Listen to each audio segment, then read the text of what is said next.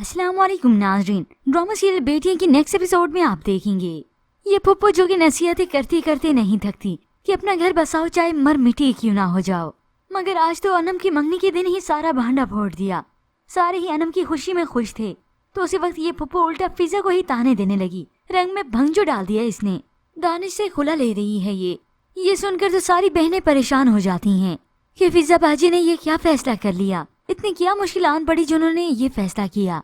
अभी ये तमाशा कम था कि फुप्पो ने ये तमाशा भी लगा दिया कि अनम के होने वाली ससुराल के भी कान भर दिए। फाइक की वालदा तो गुस्से से आग बगोला घर वापस आई तो बस उन्होंने सोच लिया कि आज ये मंगनी थी कि मेरा बस नहीं चल रहा था कि कैसे अनम के हाथ से मैं अंगूठी उतार दूं। आज ये पहला और आखिरी दिन था।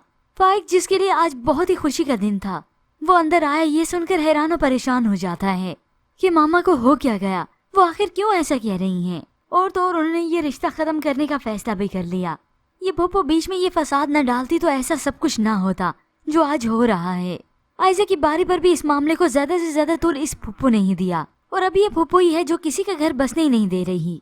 बस वो तो चाहती है जिस आग में मैं जिंदगी भर जली ये सारी बेटियां भी उसी आग में जलती रहें और अगर घर बस भी गए हैं तो जिए भी और मरे भी।